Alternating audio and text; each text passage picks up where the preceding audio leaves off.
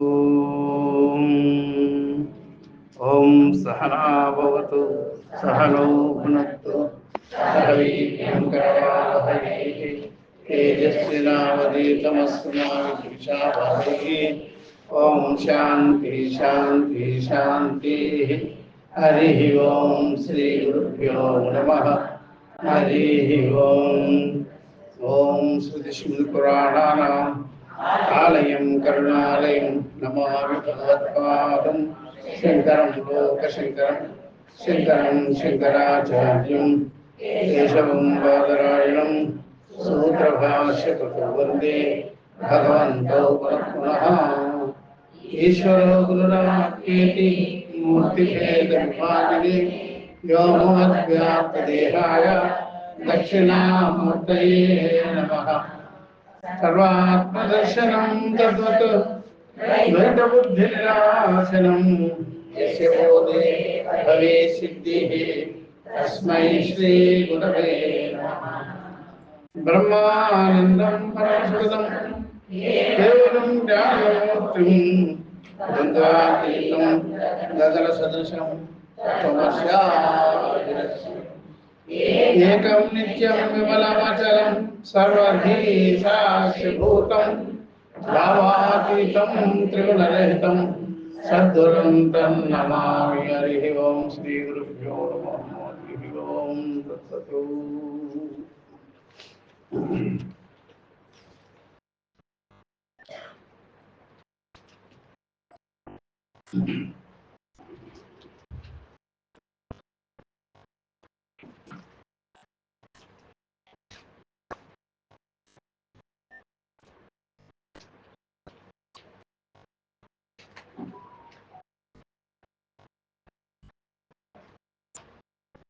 అమృత బిందు ఉపనిషత్తు అది మనం ఇంతవరకు చెప్పుకుంటూ 19వ శ్లోకం వరకు చెప్పుకున్నాం. 19వ శ్లోకం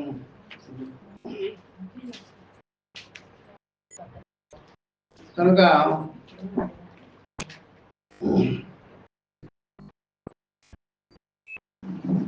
గవామనేక వర్ణానాం క్షీరస్యాపి ఏకవర్ణత క్షీరవత్ పశ్యతే జ్ఞానం లింగనస్తు గవాం. గవాం అంటే గోవులు. అనేక వర్ణానాం అనేక వర్ణములతో కూడుకున్నటువంటి గోవులు వాటి యొక్క క్షీరస్య అపి ఏకవర్ణత, వాటి క్షీరము పాలు ఏకవర్ణత ఒక్క వర్ణం శ్వేతం. క్షీరవత్ పశ్యతే జ్ఞానం. కాబట్టి క్షీరం ఎలాగా ఒక్క విధముగా ఉందో, ఒకే రంగులో ఉందో, జ్ఞానం కూడా అంతే. సర్వభూతములు ఉండేటువంటి ఆత్మస్వరూపమైనటువంటి జ్ఞానం కూడా అంతే. లింగినస్తు గవాం యథా. లింగి అంటే దేహం అన్నమాట.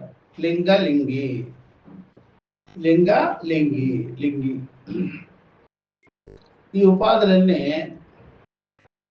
ఆవుల్లాగా నానా రకాలుగా ఉన్నాయి. బ్రహ్మ మొదలుకొని పిపీలిక పర్యంతముగా ఈ లింగములన్నీ, ఈ యొక్క దేహములన్నీ, ఉపాధులన్నీ నానా విధాలుగా ఉన్నాయి. ఇది గవాం యథా, గోవులు లాగా బ్రహ్మ మొదలుకొని పిపీలిక పర్యంతమైన ఈ లింగములు కూడా, ఈ ఉపాధులు కూడా అలాగే ఉన్నాయి.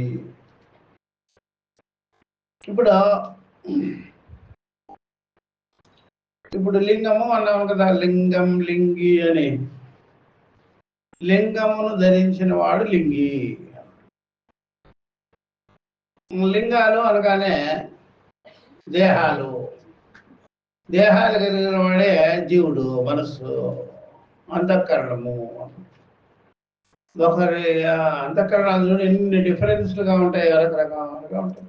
అంతఃకరణ అనేక రకాల అంతఃకరణాలు ఉంటాయి.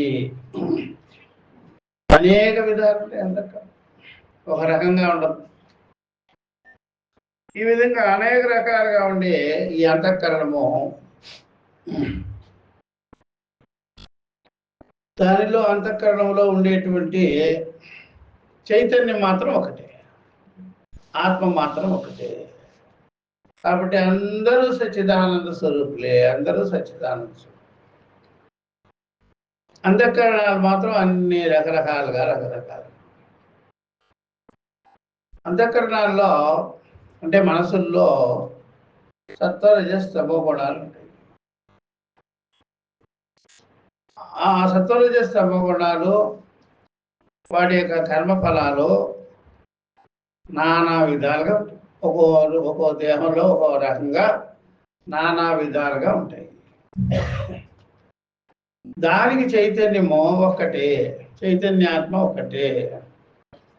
కాబట్టి సమానం దేంట్లో వచ్చింది? చైతన్యంలోనా లేకపోతే అంతఃకరణాల్లో?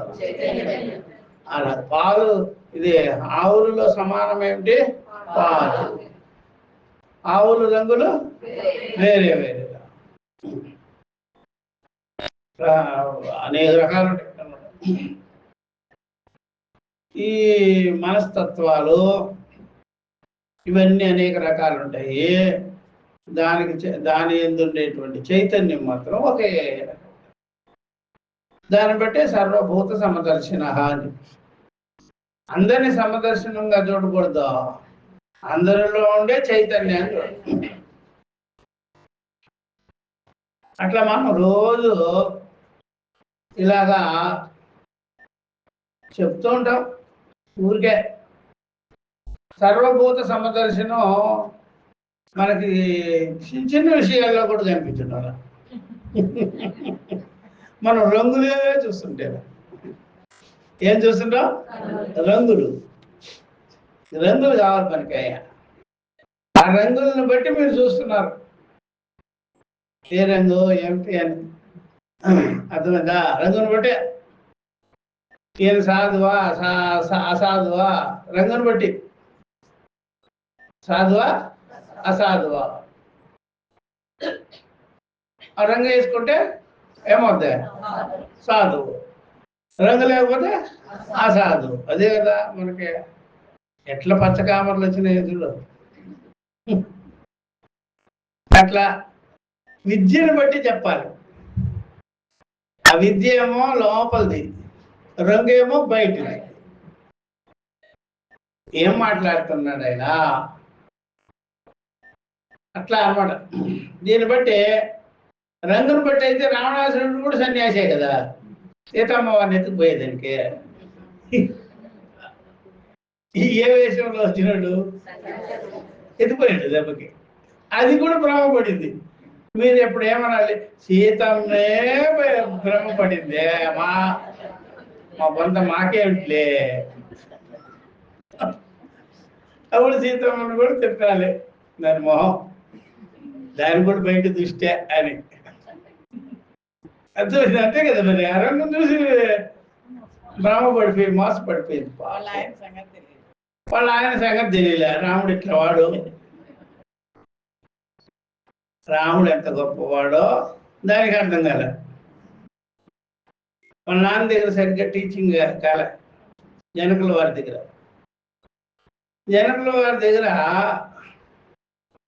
ఉపదేశం తీసుకోమంటే సీతమ్మ వారికి ఆ గతి పెట్టేది కాదు. రోజు చెప్పించుకుంటూనే ఉంటాడు బ్రహ్మ విద్య.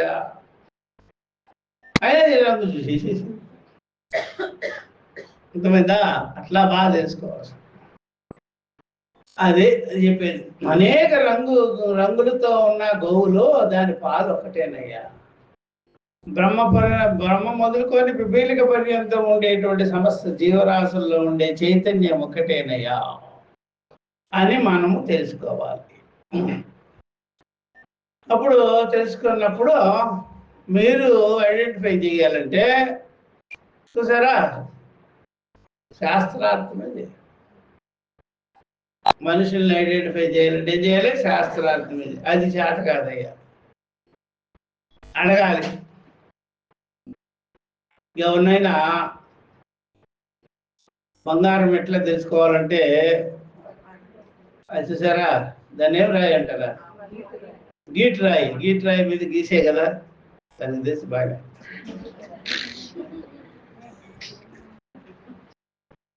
ఇద్దరు కలిసి బిజినెస్ చేస్తుంటారు. వాళ్ళ ఆయన ఎన్ని క్యారెట్లు అర్థమైందా? గీసే తెలుసుకోవాలి. ఉత్తుగా కలర్ఫుల్ అంటే సరిపో, ఆ రంగు బాగుంది అంటారు బంగారు గీసి చూడు.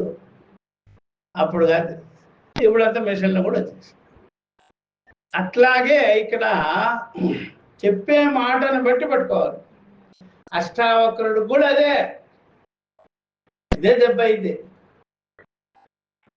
అష్టవక్రాలు ఉన్నాయి ఆయనకి, వంపులు ఉంది శరీరం, ఇట్లా హ్యాండీక్రాఫ్ట్.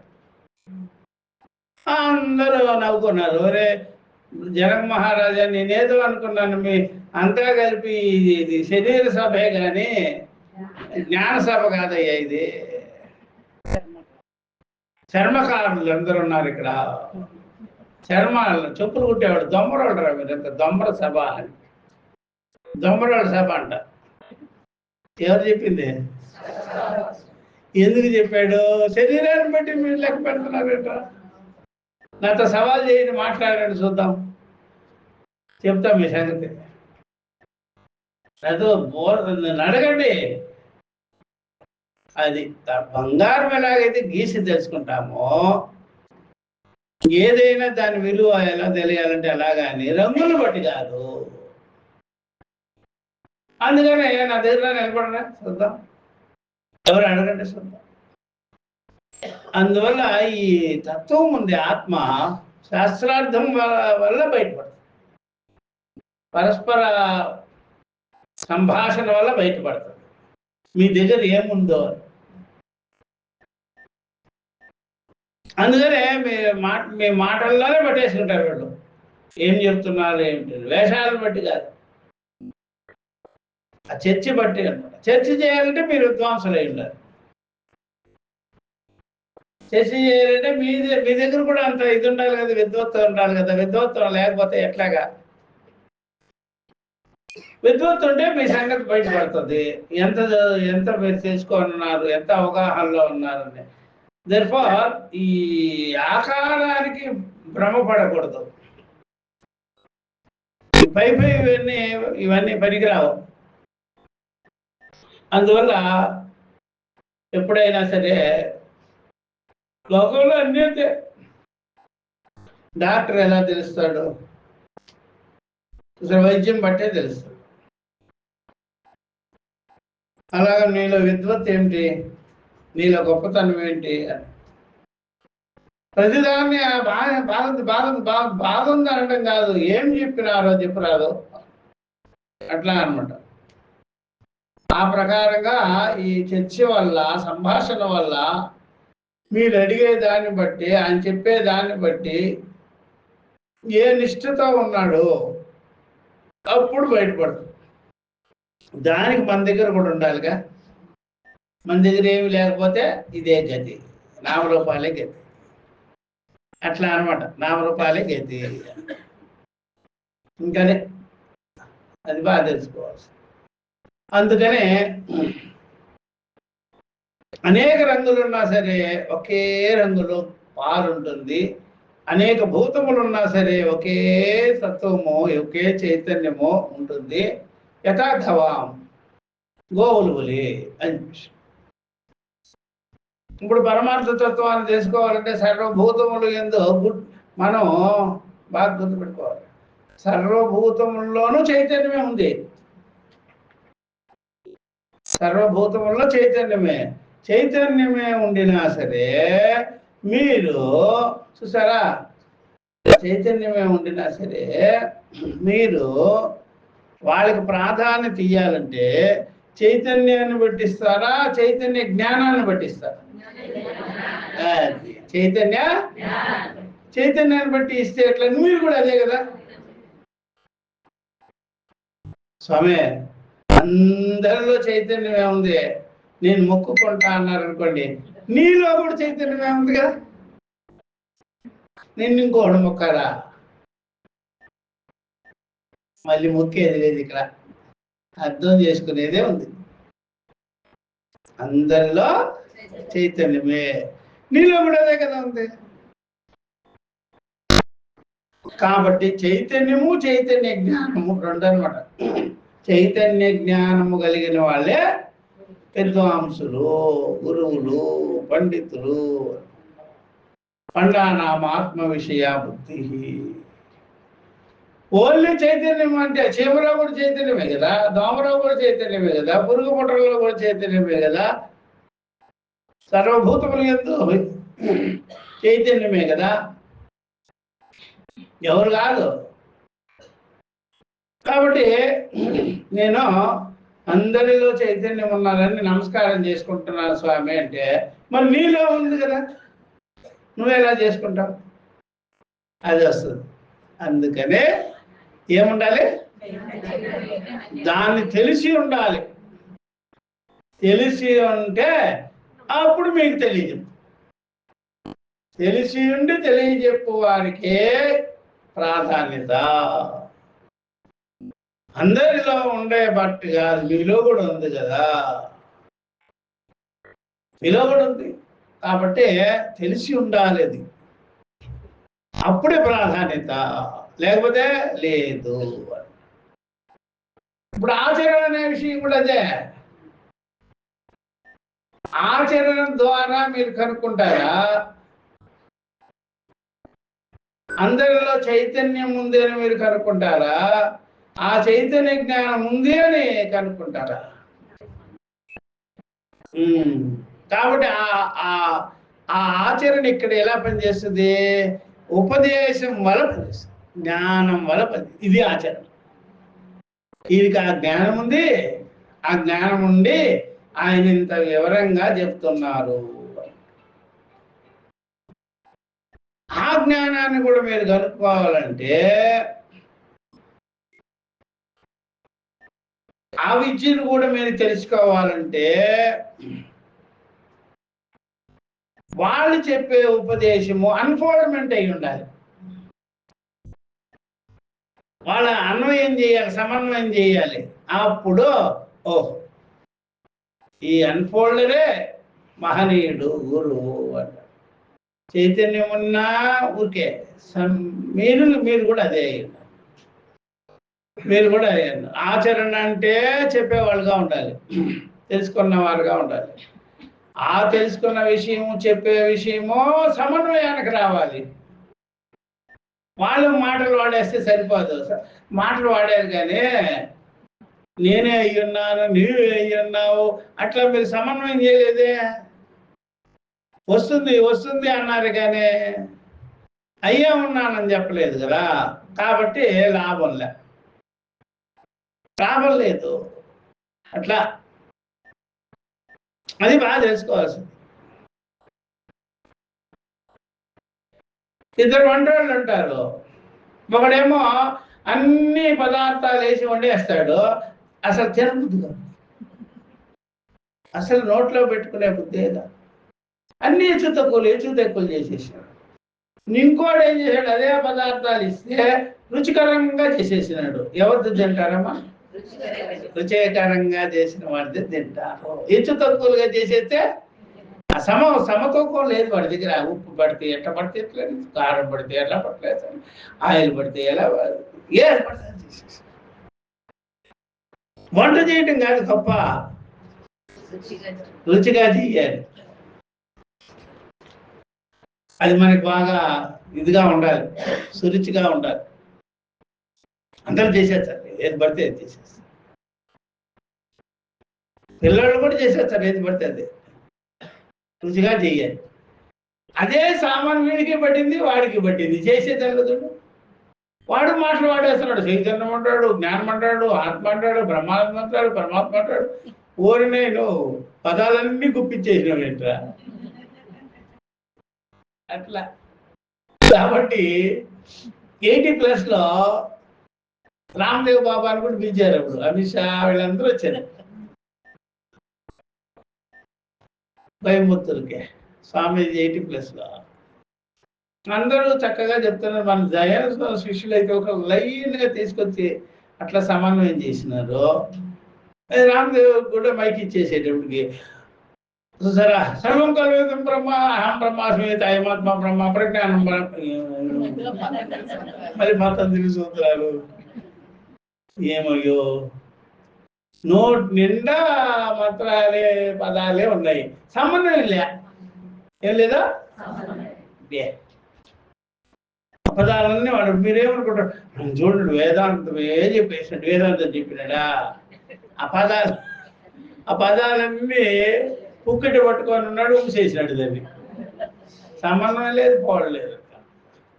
నువ్వు మందులు తయారు చేసుకొని 4 ఆసనాలు వేసుకొని ఉండాలి, కానీ వేదాంత విషయం నీకెందుకయ్యా? శవన ప్రసాద్ వేదాంతం అయితే ఊరికే ఉండకుండా ఇట్లా.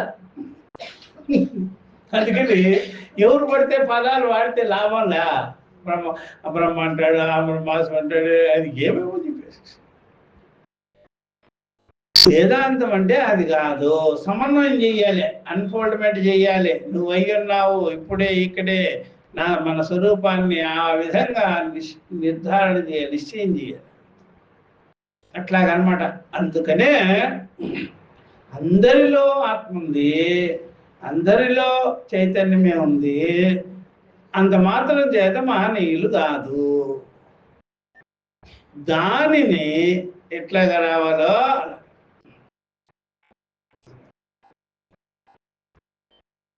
ఎప్పుడైనా సరే వాటర్ ఫాల్స్కి వెళ్తాం కదా మనము, నీళ్ళు తాగండి, నేను వాటర్ ఫాల్స్ పై నుంచి నీళ్లు పంపిస్తున్నాను కదా అని తాగుతావు. నువ్వు కొట్టుకుపోతావు దెబ్బకి. కొరతాలలో తాగలేవు, ఇంకెక్కడా తాగలేవు. ట్యాప్లో పెట్టి వదలాలి. నీళ్ళు తాగాలంటే ఏం చేయలే? ట్యాప్ పెట్టి వదలాలి. మొత్తం అక్కడి నుంచి గుమ్మరిస్తే పోతావు దెబ్బకి. ఆ ప్రకారంగా ఇక్కడ ఎవరైనా సరే ఆ అన్ఫోల్డ్మెంట్ అనేది తెలుసుకోవాలి. ఎలాగా దాన్ని ఉపదేశించవలెనో అనేది తెలుసుకోవాలి. అప్పుడే మీకు అర్థం వచ్చేది, లేకపోతే రానేరు. అందువల్ల ఇప్పుడైనా గుర్తుపెట్టుకోండి, అందరిలో చైతన్య స్వరూపం ఉంది. అంత మాత్రం చేత మీరు ఎవరిని పూజ్యనీయతగా చూడలేరు. ఎందుకని? అంతఃకరణం అడ్డం ఉంది. అంతఃకరణం ఏముంది? అడ్డం ఉంది. అంతఃకరణం అడ్డం ఉండేటప్పటికి అది ఏదో చేస్తుంది. రాగద్వేషాలు, సుఖ దుఃఖాలు. ఆ జ్ఞానం అనుకుంటే అంతఃకరణంలో ఉండే రాగద్వేషాలు పక్కకి వెళ్ళిపోతాయి, రిమూవ్ అయిపోతాయి. చైతన్యము జ్ఞానము రెండు ఇట్లా ఉండాలన్నమాట. ఆత్మ జ్ఞానము, బ్రహ్మ జ్ఞానము, చైతన్య జ్ఞానము ఉండాలి. చైతన్యం ఉండి చూసారా, వితౌట్ జ్ఞాన ఏమి లాభం, ఏమీ లాభం. అట్లా అనమాట. ఇది కానీ అలాగ గుర్తించుకుంటే తెలుస్తుంది, లేకపోతే లాభమే లేదు. నాలోనే ఉంది, నీలోనే ఉంది, ఏం లాభం? దానిని మీరు వ్యక్తం చేసుకోవాలి, దాన్ని తెలియజేయాలంటే జ్ఞానం ఉండాలి. జ్ఞానం కావాలంటే మళ్ళీ గురువు దగ్గరికి వెళ్ళాలి. అందువల్ల జ్ఞానం వల్ల తెలుస్తుంది వాళ్ళ గొప్పతనము. చైతన్యం వల్ల, ఆత్మ వల్ల తెలియదు. అందరిలో ఉంటుంది. అదే అనమాట బాగా. అందుకనే ఎప్పుడైనా సరే నిప్పు ఉంటుంది, నీవురు కప్పిన నిప్పు. ఆ నీవురు కప్పిన నిప్పు పైన మీరు ఏదైనా వంట పాత్ర పెట్టినా సరే ఉడకదు. అది ఉడకదు. దాన్ని ఏం చేయాలా? 2 కట్లేసి మంట పుట్టేస్తే ఉడుకుతుంది. లేకపోతే ఆ నీవురు కప్పిన నిప్పు అలాగే ఉంటుంది, పైన ఉండేది ఇలాగా వేడెక్కినట్టు ఉంటుంది. అర్థమైందా? ఉడకాలంటే ఏం చేయాలి? మంటను రాజేయాలి. అట్లాగే చైతన్యం ఉంది, చైతన్య స్ఫూర్తి, చైతన్య జ్ఞానము, అది మీలో స్పష్టంగా తెలియాలన్నమాట. ఇది ఇట్లాగా. సేమ్ థింగ్ ఇంకొకటే, ఇప్పుడు ఆ చైతన్య స్ఫూర్తి చైతన్య జ్ఞానం ఉందే అదే ఆచరణ అంటే. లేకపోతే లోపల అదే సచ్చిదానంద స్వరూపమైనటువంటి చైతన్యం ఉండి కూడా ఆ జ్ఞానం లేదంటే ఆచరణ లేదురా మీకు, లేదు ఆచరణ. ఇది జ్ఞానానికి ఆచరణ ఏంటి? చెప్పడం బట్టే తెలుస్తుంది, శ్రవణంలోనే తెలుస్తుంది. జ్ఞానానికి ఆచరణ ఉంటే చెప్తే సరిపోద్దా? చెప్తే సరిపోద్దా? మరి జ్ఞానాన్ని చెప్తేనే కదా చెప్పేది. స్కూల్ టీచర్ ఎప్పుడైనా సరే టీచరు చెప్పాలా చెయ్యాలా? చెయ్యాలి. ఏంటి చేసేది అక్కడ? ఆయన చెప్పాలి, ఆయన దాంట్లో ఉండేవన్నీ చెప్పాలి. చెప్తే ఇప్పుడు దీన్నే జ్ఞాన ఆచరణ అంటారు. చెప్పడము, బోధించడమే జ్ఞాన ఆచరణ. అలాగే అందరిలో బుద్ధి ఉంటుంది కదా, బుద్ధి. ఆ బుద్ధి చూసారా మీకు వ్యక్తం చేయాలి. బుద్ధి ఉంటే సరిపోతుంది, ఆ బుద్ధిని వాడుకోవాలి. లేకపోతే ఆ బుద్ధి అలా ముద్దులాగా ఇది ఆచరణ అనమాట. నీ లోపల బుద్ధి ఉంటే సరిపోదు, బుద్ధిని నువ్వు చూసారా దాన్ని ఏం చేయాలి? వ్యక్తం చేయాలి. దాన్ని బాగా బాగా మీరు వాడుకోవాలి బుద్ధిని. అప్పుడు బుద్ధి ఉండదు అని అర్థం అనమాట. బుద్ధిమంతుడు అని అర్థం. లేకపోతే దాన్ని వాడుకోకుండా అలా పెట్టుకోని ఉన్నారనుకోండి, ఏమిటి అలాగే ఉంటారనమాట. ఇప్పుడు అర్థమైందా? అందుకని ఆచరణ అనేది ఉండాలి.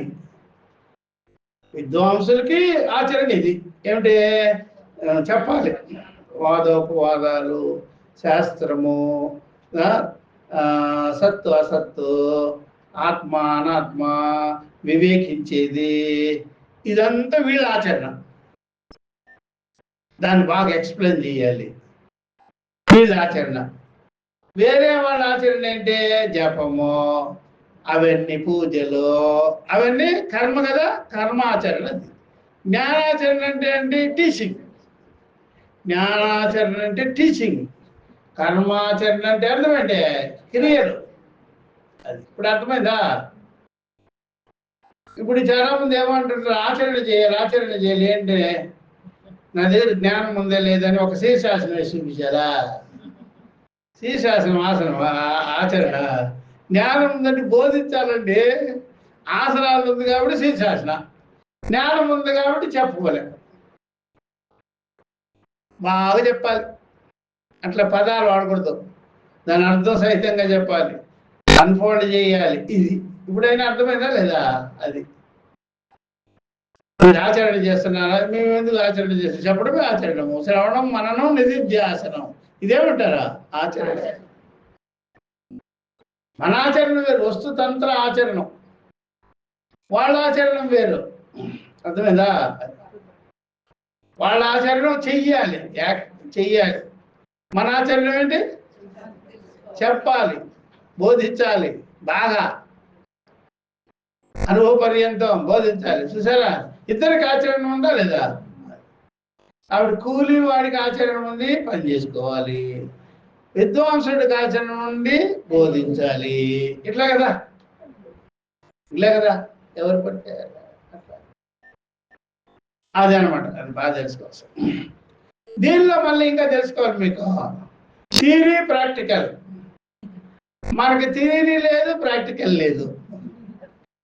థియరీ కాదు, ప్రాక్టికల్ కాదు. ఇది థియరీ, ప్రాక్టికల్. ముందు దాన్ని చెప్పి దాన్ని చేయాలి. ఇది చెప్పడమే కానీ చేసేది కాదు. చెప్పడమే కానీ చేసేది కాదు. చెప్పుటలో దీని ఫలం తెలుస్తుంది. దాంట్లో చెప్పి చెయ్యాలి. మళ్ళా దాని ముందు చెప్పాలి, చెయ్యాలి. యజ్ఞహోమాదులు ఏ విధంగా చేయవలెనో అని చెప్పాలి. తర్వాత ఆ సామగ్రి అంతా తెచ్చుకొని చెయ్యాలి. ఇక్కడ అలా కుదరదు. అందుకే శంకరాచార్య బలి చెప్తారు, ఇది చెప్పిన వెంటనే విని అర్థం చేసేసుకోవాలి. అది చెప్పిన వెంటనే దాంట్లో ఏమేమి చెప్పారు సరుకులన్నీ తెచ్చుకోవాలి. బజార్కి వెళ్ళి హోమ ద్రవ్యాలు అవి ఇవి తెచ్చుకోవాలి, చెయ్యాలి. అలాగే ఆసనాల గురించి ఎవరన్నా చెప్పినారనుకోండి, మీరేం చేయాలి? చెయ్యాలి. ఆసనాలు అవన్నీ ఇక్కడ చెప్పడమే ఉంటుంది. ఎందుకని? బుద్ధిలో ఉంది. ఇది ఏముంది? అప్పుడు బుద్ధిలో ఉన్న విషయాన్ని చెప్పాలి, బయట ఉన్న విషయాన్ని చెయ్యాలి. బుద్ధిలో ఉన్న విషయాన్ని చెప్పే కొలది అలాగా అప్పు నా స్వరూపం ఇది, అది బాగా తెలుసుకోండి. ఏకాగ్రత. ఇలాగా 19వ శ్లోకం అయిందా? ఇది చూడండి 20వ శ్లోకం. ఘృతమివ పైసి నిగూఢం భూతే భూతే చ వసతి విజ్ఞానం సతతం మనసి మథయితవ్యం మనోమంథానుభూతేన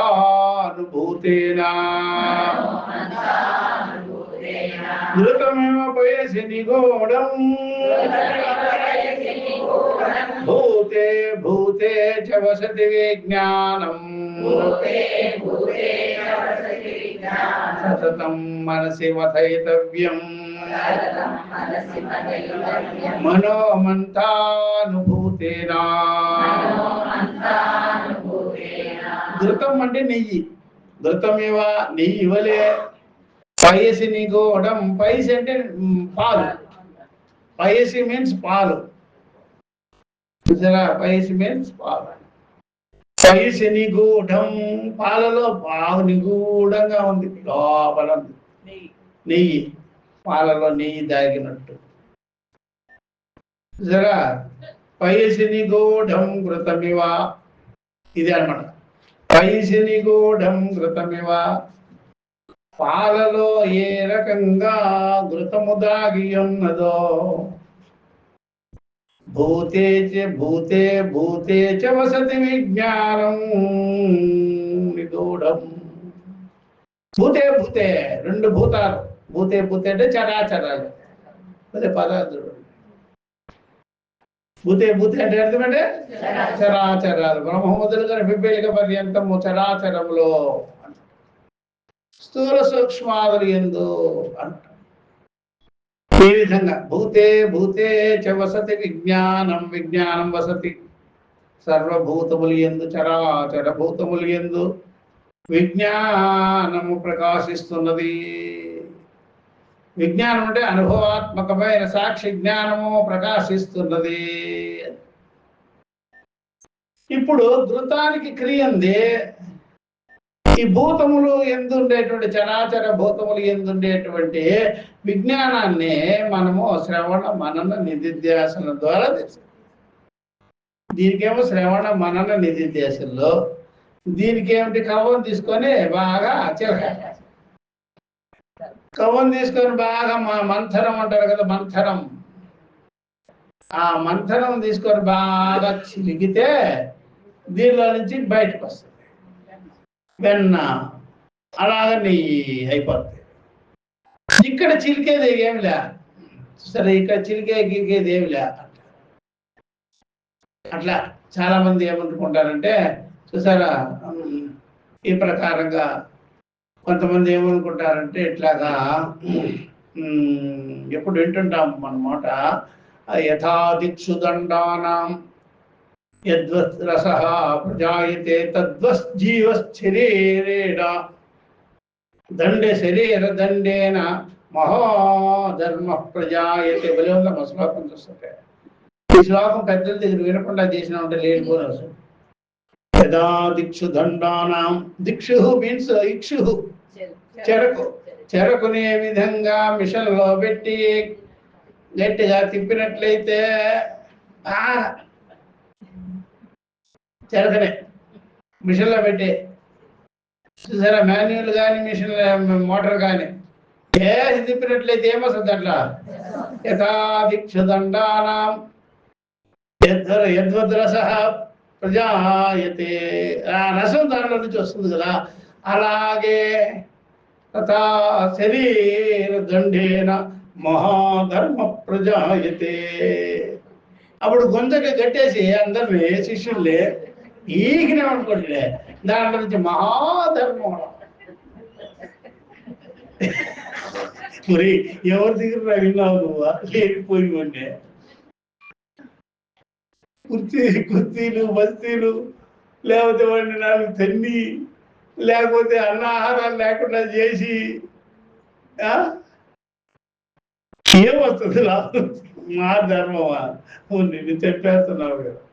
అట్లాగా వాళ్ళు అంటారు, నీళ్ళు రసం అంతా నీళ్ళు అంత మొత్తం కక్కిస్తానన్నట్టుంది. అట్లా ఆ మాటలు అలా ఉంటాయి కదా. ఆ ప్రకారంగా ఇక్కడ దండేనా అంటే శిక్షించటం కాదు. చూసారా, ఆ మాటలన్నీ తప్పన్నమాట. ఈ స్థూల శరీరం ఏదైతే ఉందో, స్థూల సూక్ష్మ శరీరాలు అన్నమయ, ప్రాణమయ, మనోమయ, విజ్ఞానమయ, ఆనందమయ ఇత్యాదులు, దీనిని బాగా విచారించాలి. స్థూల సూక్ష్మ శరీరాలు, జడచేతన శరీరాలు, అలాగా పంచకోశములను, ఆ పంచకోశ శోధనం ఉందే, అప్పుడు నీకు మహాధర్మము అనేటువంటిది, ఆత్మజ్ఞానము కలుగుతుంది అనే మాటకి అట్లా వాడిస్తున్నారు అనమాట. సద్వశరీరదండేన మహాధర్మ ప్రజాయతే లాలనాత్ బహవో దోషాత్ తాడనాత్ బహవో గుణాః అవగుణాః గుణాలు. లాలనాత్ బహవో దోషాః, మీరు ఎంతసేపు గారాభంగా చూస్తున్నారు, గానం చేసినారు అనుకోండి పిల్లల్ని, చూసారా, లాలనాత్ బహవో దోషాః, చాలా దోషాలన్నీ వస్తాయి. వాళ్ళు బాగా ముద్దాడకూడదు, అర్థమైందా? అలాగే ముద్దాడకూడదు స్వామి, అలా ఏం చేయాలి, నాకు తన్నాలు కొట్టుకునే తన్నకూడదు మళ్ళా. అర్థమైంది? ముద్దాడకూడదు, తన్నకూడదు అంటే ఏం చేయాలి స్వామి? నువ్వు నచ్చ చెప్పే పనేది. లాలనాత్ బహవో దోషాః తాడనాత్ బహవో అవగుణాః. కొడుతూ ఉన్నారనుకోండి, అవగుణం వచ్చేసింది, ఎప్పుడో మీకు కక్ష కట్టేశారు, తల్లిదండ్రుల మీద తిరగబడతారు. చూసారా, గానం చేసినా తప్పే, కొట్టినా తప్పే అని చెప్తున్నారు. అందుకని జాగ్రత్తగా వాళ్ళని మేనేజ్ చేయాలి. చెబుతూ చెబుతూ చెబుతూ, భయపెట్టినట్టుగా భయపెడుతూ, హితాన్ని చెప్తూ పోవాలి. మనకి రెండే వచ్చు, ఏదే లాలనం తాడనం. లాలనం ఎత్తే పైకి ఎత్తి తీసుకునేది, లేదా కింద డామను పడేసేసింది.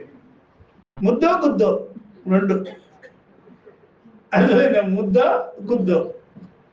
ముందు ముద్దాడేది, తర్వాత అప్పుడు ఆ పిల్లలు చెప్తాను, ఈ పని చెప్తాను, జరగకుండా పోతావమ్మా, జరగకుండా పోతావా అని లోపల నోట్ చేసుకొని ఉంటారు. అప్పుడు ఎప్పుడైనా మీరు బాత్రూంలో పోయినప్పుడు తను చెప్తారు, అంతే సంగతి అయిపోయి. అట్లా చేసిరా చెప్తున్నారు చూడండి, అంతా ఉంది. మన పెద్దలు అన్నీ చెప్పేటారు. లాభలా చేయకూడదు, అమితంగా కొట్టే చేయాలకు బాగుపడదు, నిదానం కొట్టేట్టు నటించాలి. బెత్త తీసుకోవాలి, పారిపోవాలి దెబ్బకే. ఈసారి రాడానికి చెప్తా అని చెప్పాలి అంతే. అంతేగాని అలాగా కొట్టేస్తే ఎట్లాగా? పశువు కాదు పిల్లోడు, పశుపతి. పిల్లోడు పశువు కాదమ్మా, పశుపతమ్మా. ఆ పశుపతిని బయటికి లాక్కొచ్చేదానికి ప్రయత్నం చేయాలి. నువ్వేం చేస్తావు, లోపల ఫిక్స్ చేసేసి పశుపతిని, పశువు అనుకోని కొట్టేస్తుంటే వాడు నిజంగా పశువు అయిపోతాడు.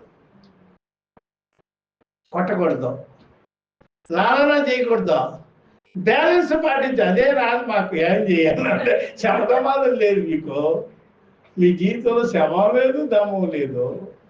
ఇదే నేర్చుకుంది మీరు. శమధమాదం అంత తేలిక అనుకున్నారా? బ్యాలెన్స్గా చేసుకోవాలి పిల్లలు. ఇదేం చేస్తుంటారు ఎవరైనా సరే.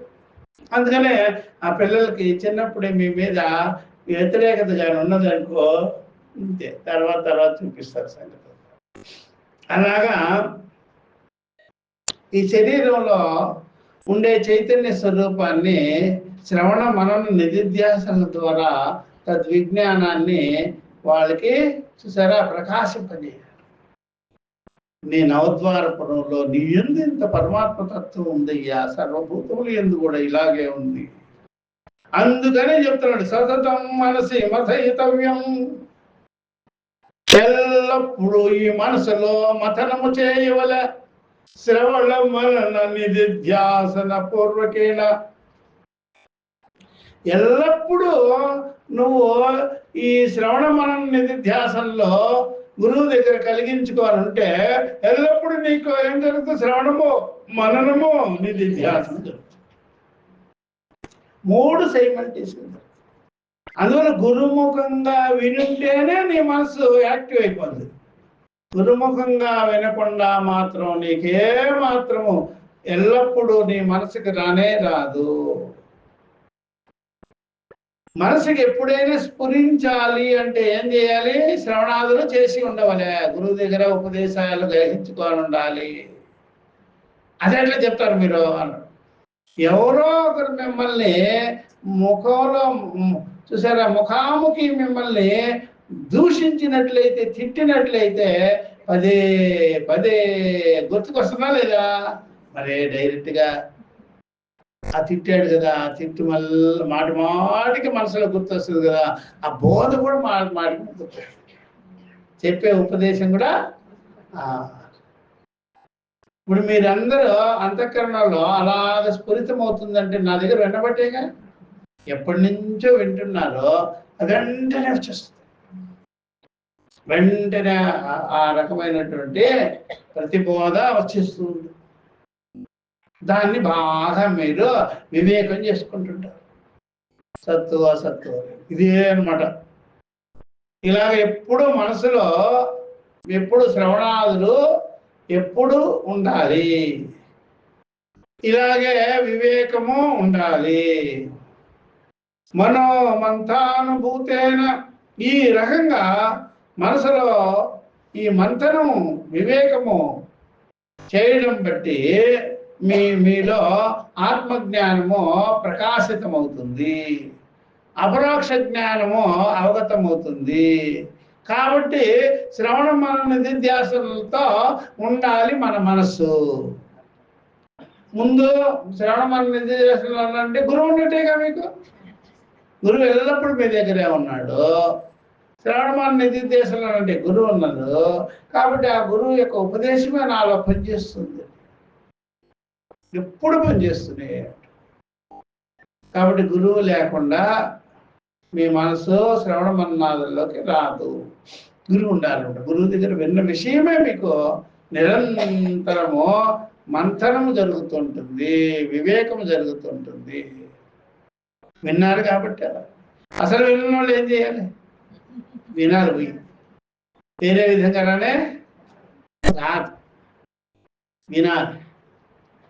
ఎందుకంటే లోక విషయాలన్నీ వినబట్టే కదా మీ మనసులో ఆ విధంగా గోచరమవుతున్నది. లోక విషయాలు విన్నారు కాబట్టి ఆ మనసులో అలా వచ్చేస్తున్నాయి. కుటుంబ విషయాలైతేనేమి, బంధువుల విషయాలైతేనేమి, ఎవరెవరున్నారో మీ మనసులో వచ్చి తేలాడుతున్నదంటే దానికి కారణం మీరు ఆల్రెడీ చెవులో విడిపోయింది. అది మీ మనసులోకి వెళ్ళే అవన్నీ లోక విషయాలు కాబట్టి ద్వంద్వాలుగా ఉన్నాయి మీలో. లోక విషయాలుగా ఉండేవన్నీ ఎలా ఉంటాయి? ద్వంద్వాలుగా ఉంటాయి. ద్వంద్వాలు అంటే ఏమిటో తెలుసా? చెప్పలే. రాగద్వేషాలు, ఇష్టానిష్టాలు, సుఖ దుఃఖాలు, ఈ ద్వంద్వాలు. ద్వంద్వాలు ఇప్పుడు మనకు ద్వంద్వాలు ఉండవు, ద్వంద్వాతీతం అయిపోతుంది. ఎందుకంటే అంటే ద్వంద్వాలలో వివేకం ఉండదు. రాగమో ద్వేషం. మీకు రాగం ఉండే విషయాలు బయటకు వస్తుంటుంది, ద్వేషం ఉండే విషయాలు బయటకు వస్తుంటుంది. ద్వేషం అనే భావం లోపల ఉంటుంది, రాగం అనేది బాగుంటుంది. అలాగా మనసు 2 టైపుల్లో, బొమ్మ బస్ టైపులో విడిపోయి ఉంటుంది. మనసు ఒకటిగా ఉండదు అనమాట, 2. ఆ మనసు ఎప్పుడు చూసినా ఇబ్బందులు పడుతుంటుంది అనమాట. అందుకనే మీరు ఎప్పుడైనా సరే కిడ్నీలు పోయినాయి అనుకోండి, 1, 2 అని ఉంటుంది. 2 పోయినాయా, 1 పోయినాయా? 1 పోయింది, 1 బాగుంది, 1 బాగుంది, 1 పోయింది. ఇట్లాగా రాగము ద్వేషము, ఇష్టము అయిష్టము అనే ద్వంద్వాలు కూడా మనసులో ఉంటాయి. మనసు యొక్క కిడ్నీలు ఇవి, దేహానికి కిడ్నీలు ఇవి. ఏవే దేహానికి కిడ్నీలు, ఫిజికల్ కిడ్నీలు. అదేనా? స్వీట్ పొటాటో, రెండు స్వీట్ పొటాటోలు రెండు వేలాడుతుంటాయి. మనసులో ఇది ఉంటుంది రాగము. కాబట్టి ఇక్కడ రాగద్వేషాల నిరంతరం ఘర్షణ, నువ్వా నేను ఈ రకంగా మనసంతా ఇదైపోతుంది. ఇప్పుడు ఈ తత్వ విచారణలో ఏమవుతుందంటే రాగద్వేషాలు రిమూవ్ అయిపోయి సత్సద్ వివేకమే ఉంటుంది. సత్తు అసత్తు, సత్తు అసత్తు, సరే జ్ఞానం అజ్ఞానం, ఆత్మ అనాత్మ, ఇదే ఉంటుంది అనమాట. ఇది మనసు ఏం చేస్తుందంటే నొప్పి చేయదు, నొప్పిని కలిగించదు. మనసుకు నొప్పి రాదు, మనసుకి మంచి షైనింగ్ అయిపోతుంది. రాగద్వేషాల వల్ల ఏమో నొప్పి కలుగుతూ ఉంటుంది. గ్యాస్ నొప్పుల్లాగా, కిడ్నీ నొప్పుల్లాగా ఏవేవో ఉంటాయి కదా, అట్లాగే నొప్పి ఉండదు దీంట్లో. అందువల్ల ద్వంద్వాలు ఉంటే మనసు నొప్పి, వివేకం ఉంటే మనసు ప్రకాశం, షైనింగ్ వచ్చేస్తుంది, షార్ప్నెస్ వస్తుంది. వివేకం వల్ల షార్ప్నెస్ మంచి అట్లా అనమాట. అందువల్ల నిరంతరం వివేకమే ఉంటుంది అనమాట, సద్వివేకమే ఉంటుంది. ఆ గురువు యొక్క ఇచ్చినటువంటి ఉపదేశం వల్ల నా మనసు నిరంతరము మంథనమైపోతున్నది, ఫిల్టర్ చేసేస్తుంది. సత్యమా అసత్యమా, నిజమా అబద్ధమా, అట్లా మంతనంలో ఉంటుంది. ఈ విధంగా ఉంటుంది. కాబట్టి ఆ రకంగా శ్రవణాదుల యొక్క జ్ఞానము మనసులో చేరి నిరంతరం మంతనం జరుగుతుంటుంది, సద్వివేకము. కాబట్టి గురువు దగ్గర నుంచి వినాలి, శ్రవణాదులు చేస్తేనే అప్పుడు నిరంతరం మననంగా ఉంటుంది. రాగద్వేషానికి మననం ఉండదు. చూసారా, రాగద్వేషంలో ఉన్నప్పుడు మననం జరగదు. అది ఏమవుతుందంటే దాన్ని చూసారా ఉద్వేగాలు. రాగము ఒక ఉద్వేగము, ద్వేషము ఒక ఉద్వేగము. వివేకం ఉద్వేగం కాదు, పరీక్ష. వివేకానికి ఉద్వేగం రాదు. వివేకం కలిగిన అంతఃకరణమో, వివేకం కలిగిన మనసు ఏదైతే ఉందో అది ఉద్వేగాలకు లోను లేకుండా పరీక్ష చేసుకుంటుంది. తాదాత్మ్యం ఉండదు దాంట్లో, ఇది తాదాత్మ్యం. అందువల్ల రాగద్వేషాల అంతఃకరణం వేరు, వివేకం కలిగినటువంటి అంతఃకరణం వేరు. ఇది రెండు 2 టైప్స్, బాగా గుర్తుపెట్టుకోవాలి. మరి వివేకం చేసుకున్నారనుకోండి, మీకు జీవితంలో రాగద్వేషాలు ఉండవు, ద్వంద్వ దోషాలు పోయింది. ఎందుకంటే ఆ రాగద్వేషాలు దేనిది ఏమిటి అనేది కూడా చేసేస్తుంది, వివేకం చేసేస్తుంది. వివేకం ఏం చేస్తుందంటే బాగా పరీక్ష చేసి పెడుతుంది, మంతనం చేసేస్తుంది. రాగద్వేషాలకు మంతనం ఉండదు, వివేకం అనేది మంతనం ఉంటుంది. అది ఎప్పుడు చిలుకుతూ ఉంటుంది, ఏదో మూలం లాగు, యథార్థం లాగు, నిజం ఏమిటి అనేది.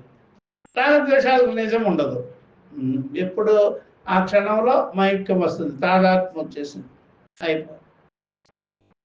ముందు వివేకం కలిగిన చిత్తము రాగద్వేషాలను వదులుకొని ఎప్పుడు నిరంతరం మనసుని చూసారు సునిశ్చయం చేసి పెట్టేసి. సునిశ్చయమైన మనసు ఉంది కదా చూసారా, నిశ్చయాత్మిక బుద్ధి, వ్యవసాయాత్మిక బుద్ధి. చూసారా, దూరేణ హ్యవరం. చూసారా, వ్యవసాయాత్మికమైన బుద్ధి ఉందే, నిశ్చయాత్మికమైన బుద్ధి. ఏకేహ కురు నందన, ఒక్క రకంగా. వివేకం కలిగిన బుద్ధి ఏమో ఒక్క రకంగా, నిశ్చయం కలిగింది.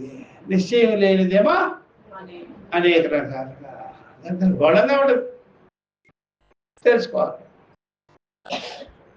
ఇప్పుడు ఆ రాగద్వేషాలు గట్టిపడి ఉన్నాయా, ఎప్పటి నుంచి ఉన్నాయా, ఎన్ని జన్మలో అది, అట్లా దాన్ని బట్టే మీకు శ్రవణం ఎక్కువ తీసుకుంటాం, టైం తీసుకుంటాం.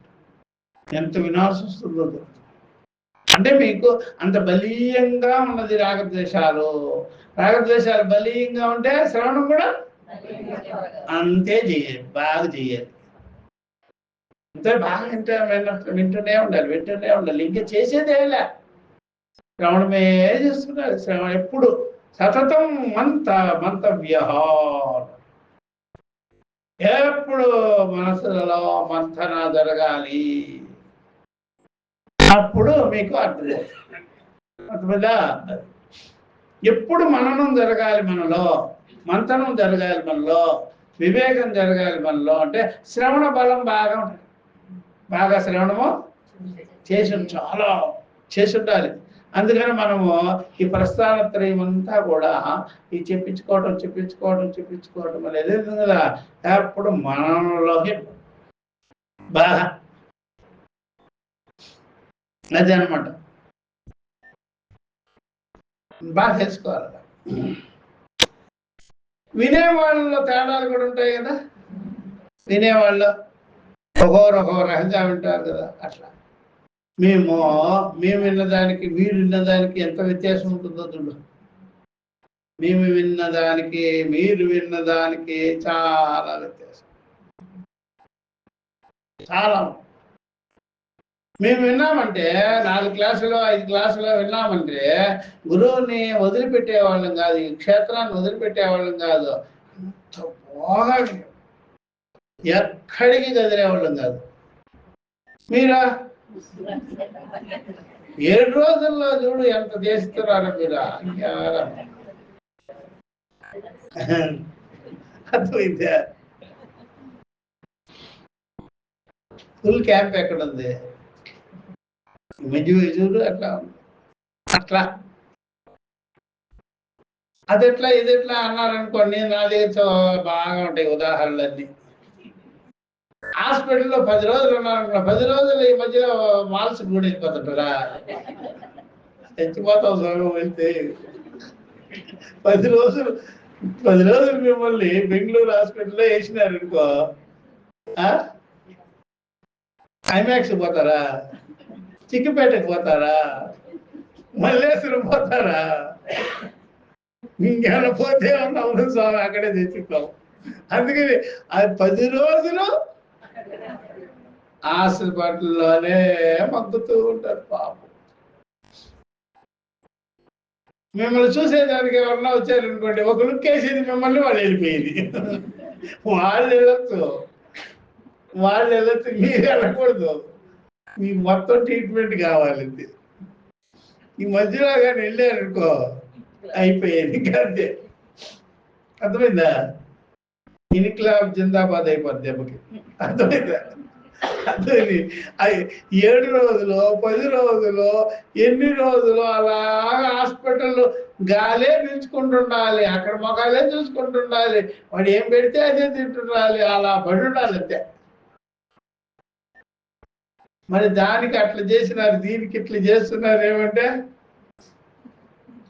రోగం తెలిస్తే కదా. ఈ రోగం తెలియలే, ఇదే అనమాట.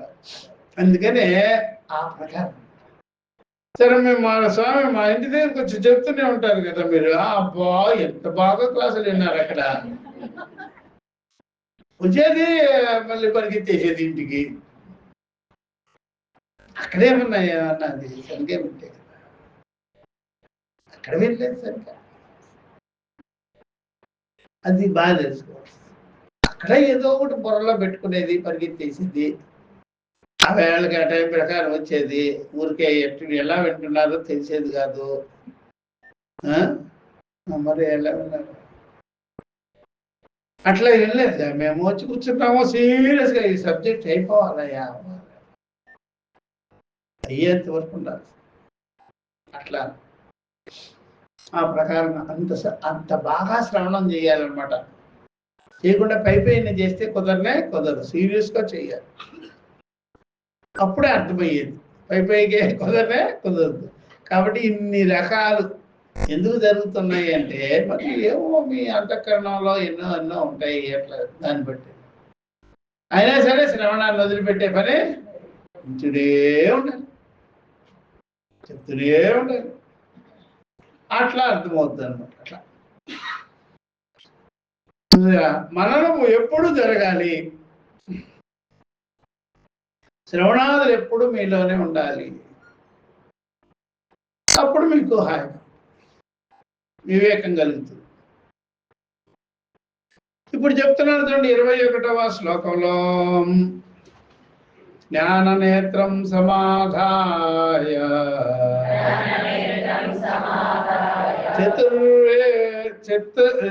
చరేద్వహిని మతః పరం. జ్ఞాన నేత్రం సమాధాయ చరేద్వహిని మతః పరం. నిష్కలం నిశ్చలం శాంతం తద్బ్రహ్మాహమితి స్మృతం. నిష్కలం నిశ్చలం శాంతం తద్బ్రహ్మాహమితి స్మృతం. జ్ఞాననేత్రం సమాధాయ చరేద్వహిని మతః పరం. నిష్కలం నిశ్చలం శాంతం తద్బ్రహ్మాహమితి స్మృతం. జ్ఞాననేత్రం అంటే జ్ఞానచక్షువులు. జ్ఞానచక్షువులు అంటే ఏమిటో తెలుసా స్వామి? జ్ఞానచక్షువులు అంటే ఏమిటి, జ్ఞాననేత్రం అంటే ఏమిటి అని మీకు డౌట్ ఉంటుంది. ఎవడో ఒకడు వచ్చి చెప్పేసి ఉంటున్నాడు మీకు, ఏమి లేదంటమ్మా ఇట్లాగా ములుస్తుంది.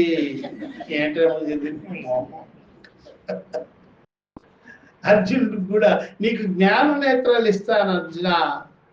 కృష్ణుడు చెప్తాడు చూడు, నీకు జ్ఞాన చక్షువులు ఇస్తాను. దదామి బుద్ధి యోగం తమ్మంటాడు కదా, అది ఇది ఒకటే, ఆ మాట ఈ మాట.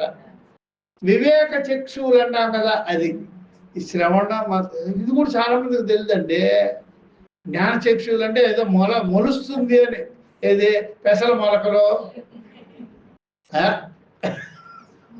పెసల్లో నుంచి ఏమొస్తుందా? అట్లాగా మనలో నుంచి ఏదో ఇట్లా వస్తుంది అని పైకి. అర్థమైందా? ఏమిరా ఇట్లా అయినారు ఇట్లా. అది కాదు జ్ఞాన చక్షువులు అంటే వివేక చక్షువులు. బుద్ధికి వివేకించుకునేటువంటి చూసారా నేత్రాలు ఇస్తాను నేను. దాంతో బాగా కనిపిస్తుంది. వివేకంతోనే క్లియర్గా తెలుస్తుందిరా నీకు. అందువల్ల వివేక చక్షువులు కలిగిస్తాను. నువ్వు విశ్వాన్నంతా ఆది భౌతిక ఆధ్యాత్మిక ఆది దైవికమంగా నువ్వు తెలుసుకో. బాహ్యాభ్యంతరములో నువ్వు అజస్వరూపుడై ఉన్నావు. ఈ ఆధ్యాత్మిక ఆది భౌతిక ఆది దైవికమైన జగత్తుకి నువ్వు ఆధారమై ఉన్నావని నీకు తెలుస్తుంది. ఇది జ్ఞాననేత్రం అంటే. జ్ఞాననేత్రం కొంతమంది అంటే 6th సెన్స్తో చూస్తున్నాను స్వామి నేను డబ్బా.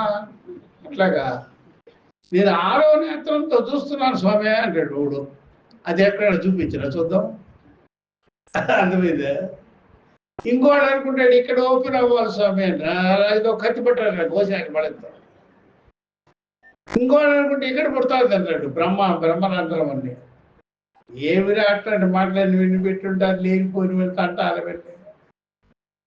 కాబట్టి మీకు బుద్ధిలో మంచి వివేకాన్ని కలిగించుకొని ఉండడమే జ్ఞాననేత్రం జ్ఞానచక్షువు. బుద్ధి ఉందే, ఆ బుద్ధికి మంచి వివేకం ఉన్నదనుకోండి, దాన్ని జ్ఞాననేత్రములో లేక జ్ఞానచక్షువులు అంటారు. అది శ్రవణాదుల వల్ల జరుగుతుంది, లేకపోతే జరగదు. అది ఈలాగా కనిపించే చర్మచక్షువులు కాదు, అదే వివేక చక్షువులు బుద్ధిలో ప్రస్ఫుటనమై ఉంటుంది అనమాట. స్ఫురితమవుతూ ఉంటుంది, అన్ని విషయాలు కూలంకషంగా ఉంటుంది. అది మీరు ఇంకా దృష్టాంతంతో చూస్తే మీరు ఎప్పుడైనా సరే చూసారా మణి శోధనవతు. ఇప్పుడు ఎవడైనా మామూలు వాడు చూస్తే రాయిగా కనిపిస్తుంది. అది చూసారా, ధాతు పరీక్షకుడు ఉంటాడే, ఎక్స్పర్ట్స్ ఉంటారు కదా, వజ్రాలు మణులు చూసేవాళ్ళు, వాళ్ళకేమో చక్కగా కనిపిస్తుంటుంది. ఒక మనకు స్ఫటికం కూడా తెలియదు ఎట్లా ఉంటుందని. వాళ్ళు చెప్పారు సార్ ఇది స్ఫటికమా కాదా, ఇది ఎట్లాంటి వజ్రమో, జాతి వజ్రమా కాదా, మామూలుదా అని చెప్పేస్తారు వాళ్ళు. ఎందుకని దాంట్లో ఎక్స్పర్ట్స్ వాళ్ళు. అట్లాగే ఆ వివేకం కలిగిన వాళ్ళు ఉంటారే, అది జ్ఞానచక్షు. నీకు మంచి వివేక బలాన్ని ఇస్తాను, వివేకాన్ని కలిగిస్తాను, నువ్వు బాగా విచారించుకోగలుగుతావు, అలాంటి చెప్తాను అర్జున నీకు. అది తెలిసిందంటే నీకు అన్ని తెలుసు. విజ్ఞానం సర్వవిధం విజ్ఞానం. అది వినగా వినగా వినగా వినగా మీలో జ్ఞాన చక్షువులు తెలుసుకుంటాయి తప్ప. అర్థమైందా? అంతేగాని బయటికి అనిపించేది కాదు. అది బాగా తెలుసుకోవాల్సింది. బాగా వినగా బాగా బాగా మీరు ఈ ఉపనిషత్తులన్నీ శోధించగా మీకు ఈ జ్ఞాన చక్షువులు అర్థమవుతాయి. లేకపోతే అది చెప్పాడు అర్జునుడికి. అదే నీకు జ్ఞాన చక్షువులను ప్రసాదిస్తాను అర్జున, అప్పుడు నువ్వు విశ్వరూపాన్ని గురించి నువ్వు తెలుసుకోవచ్చు అని. విశ్వరూపం చూపించి కూడా లేదు, ఆయన చెప్పాడు. విశ్వరూపం చూపించేది కాదు, ఏంటిదే చెప్పేది. అది ఇప్పుడు కాశీ మజిలీ కథలు చెప్తూ ఉంటే మీకు అలాగా వెళ్ళిపోతుంటారుగా. కాశీ మజిలీ కథలు చెప్తుంటే అప్పుడు మీరు ఎక్కడుంటారు?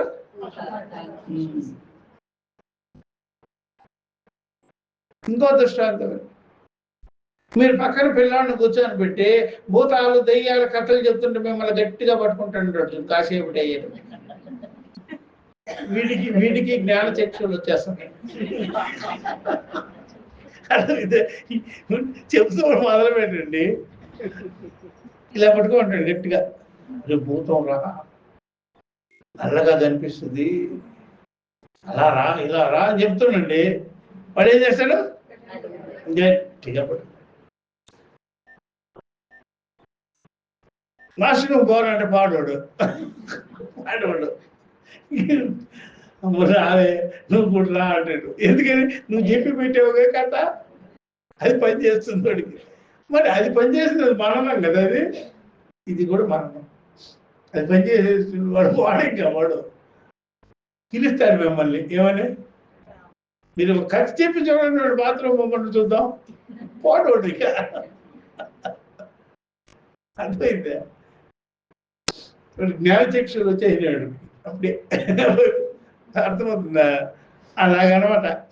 అలా చెప్పడంలో బాగా వాళ్ళకి ఏంటంటే వివేకం కలిగిపోతుంది. ఆ వివేకం కలగడమే జ్ఞానచక్షువులు అంటారు. వివేక చక్షువులు, జ్ఞాన నేత్రాలు, జ్ఞాన చక్షువులు అంటే వివేకించుకునేది అనమాట. అర్థమవుతుందా? అది బాగా తెలుసుకోవాల్సింది. అట్లా అందుకనే జ్ఞాననేత్రం సమాధాయ చరేద్వహినిం అతఃపరం. కాబట్టి ఈ ప్రకారంగా జ్ఞాన దృష్టిని, స్థిరబుద్ధిని, స్థిత ప్రజ్ఞతని నువ్వు కలిగించుకొని శ్రవణ మనన నిధిధ్యాసలు, ఓన్లీ శ్రవణ మనన నిధిధ్యాసలు చేయాలి, వేరే పనే లేదు. వింటూ ఉండాలి. అన్ని ఒక ఉపనిషత్తు తర్వాత ఇంకొకటి, ఒకటి ఒక అధ్యాయం తర్వాత ఒకటి వినాలి. శ్రవణమే చేయాలి. శ్రవణం చేసే భాగ్యం గొప్పదండి. ఇది ఎవరికి శ్రవణం చేసేటువంటిది కలుగుతుంది? కూర్చొని వినాలి అంతే, వినకుండా అలా చేయకూడదు, బాగా వినాలి. అవి మీకు తెలియడంలా, చాలా మందికి తెలియడంలా. నేను ఎప్పటి నుంచో, ఇప్పుడు చూడు, మీరు ఎప్పుడైనా పుస్తకం తీసుకొని చూసుకోవడం అనేది కాలేజీల్లో, స్కూల్లోనే చూస్తుంటారు కదా. నేను ఎప్పటి నుంచో కాశీలో గీసీలో చూస్తూనే ఉన్నా. ఎంతమంది స్వాములు కానీ బ్రహ్మచారులు కానీ ఎవరైనా వచ్చి ఆ పండితుల దగ్గర కూర్చొని వాళ్ళు చెప్తుంటే చక్కగా పెట్టుకొని చూస్తుంటారు. ఈ శృంగేరి స్వాములు కూడా అంతే, ఎవరైనా కంచి స్వాములు కూడా అంతే. కంచి పరమాచార్యులో జయేంద్ర సరస్వతికి చెప్పేటప్పుడు దీపం వెలిగించి దానికి శంకరాచార్యుల వారికి పుష్పాలు ఫలాలు పెట్టి ఆ తర్వాత ఆయన చెప్తుంటే భాష్యం ఇలా చూస్తుంటారు. అది శ్రవణం అంటే. అట్లా గురువుల దగ్గర కూర్చొని వినాలి. అట్లా కాశీలో ఎంతమందో అలా కూర్చొని వింటారు. వాళ్ళు చెప్పేటప్పుడు. మీకు అది లేదుగా, ఆ సంప్రదాయమే కనిపించటం లేదు. సాధన అంటారు అన్నిటికీ. కూర్చొని వినాలి, వాళ్ళు చెప్పాలి. మన దగ్గరే ఉంది అది. కైలాసాశ్రమంలో ఉందా, మన దయానంద స్వామి ఉంది, తపోవన్ మహారాజ్ అలా చెప్పాడు, వీళ్ళంతా అలాగే చెప్తారు. మళ్ళా శివానందాశ్రమం లేదు, అక్కడ అది లేదు, వాళ్ళకి లేదు. చెప్పేది లేదు వాళ్ళకి. అట్లా అందుకనే ఈ తత్వ విచారాలు ఉన్నాయి కదా, ఎప్పుడైనా సరే కొంతమంది ఏమన్నావారంటే, స్వామి ఏమన్నా చెప్పండి అంటే, ఏం చెప్పను అంత టీవీలోనే వచ్చేస్తుంది కదా. ఓరినాయను, అట్లా ఉండదు మన దగ్గర. గురువు దగ్గర వినాలి. యూట్యూబ్లో వింటే కుదరదు. ఇప్పుడు మన క్లాసులు కూడా వినాలంటే పుస్తకం పట్టుకొనే వింటారు. పుస్తకం వదిలేసి వినకూడదు. దగ్గరుంటే మహద్భాగ్యం. దగ్గర గురువు ఉన్నారనుకోండి, గ్రంథం పెట్టుకొని వింటారు. దగ్గరగా లేరనుకోండి, ఇదివరకు విన్నారనుకోండి, మళ్ళీ పుస్తకం పెట్టుకొని చూసుకుంటూ వింటారు. ఇదే చేయాలి ఎవరైనా సరే, వేరే విధంగా చేయకూడదు. వింటూ ఉండాలి అలాగా. వాళ్ళు ఏ విధంగా చెప్తారో శాస్త్రం ద్వారా చెప్తూ ఉంటారు కదా, అలాగా వింటూ ఉంటే మీకు శాస్త్రంలోనే అవన్నీ ఉంటాయి అన్నమాట, రహస్యాలన్నీ ఉంటాయి. ఆ ఉపదేశంలో బయటపడతాయి. ఆ చెప్పేవాడు కూడా విచిత్రం. సశాస్త్రీయంగా చెప్పేవాడు అన్నాడు ఉంటేనే శ్రోత్రియుడు. ఆ శ్రోత్రియుడే బ్రహ్మనిష్ఠుడు, శాస్త్ర సంపత్తి కలిగిన వాడు, శాస్త్రార్థము బాగా తెలిసిన వాడు. వాళ్ళ దగ్గర కూర్చొని విన్నాడు. అప్పుడు మీకు జ్ఞానేంద్రం కలిగి, అప్పుడు మనసు సమాధానం పొంది, మనసు క్లారిటీ పొంది, చరేత్ వహిని అతః పరం, ఆ ప్రకారంగా చూసారా. అప్పుడు మీకు ఏమవుతుందంటే, మనసు నిరంతరం ఆ విధంగా ఆ జ్ఞాన నిష్ఠతో ఉండడం బట్టి అప్పుడు మనసులో ఏ దోషాలు ఉన్నాయన్నీ దహింపబడిపోతాయి. జ్ఞానాగ్ని దగ్ధ కర్మ మొత్తం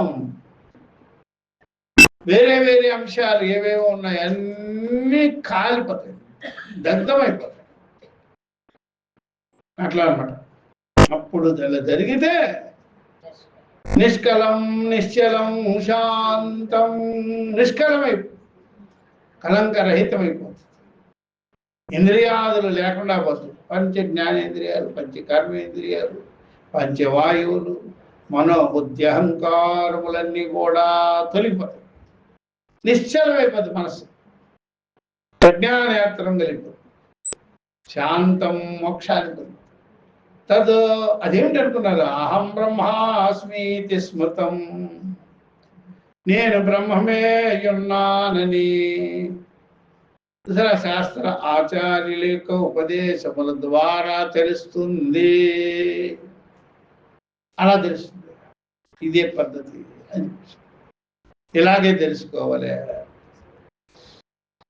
కాబట్టి శ్రవణమే ఇక్కడ చేయాల్సింది, ఇంకేమి చేసే పని వింటూ ఉండాలి.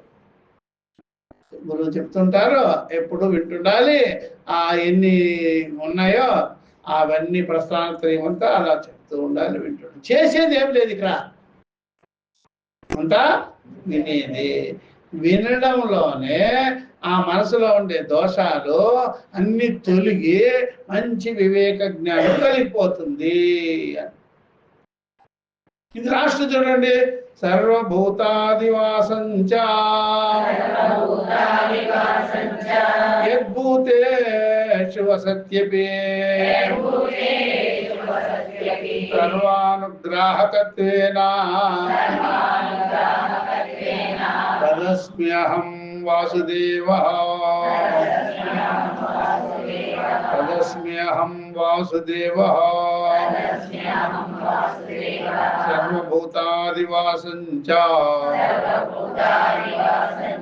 భూతేషు వసత్యపి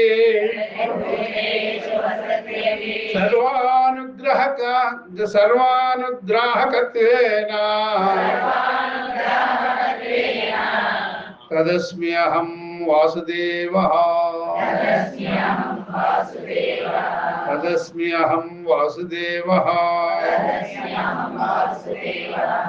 అని ఇక్కడ ఈ ప్రకారంగా వాళ్ళు చెప్పారు.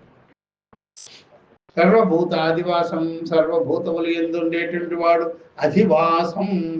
సర్వభూత అధివాసం, సర్వభూతములు యందు బుద్ధి యందు ధి అన్నాడు చూడండి, బుద్ధి యందు ఉన్నవాడు ఈశ్వర హృదయేర్జున తిష్టతి.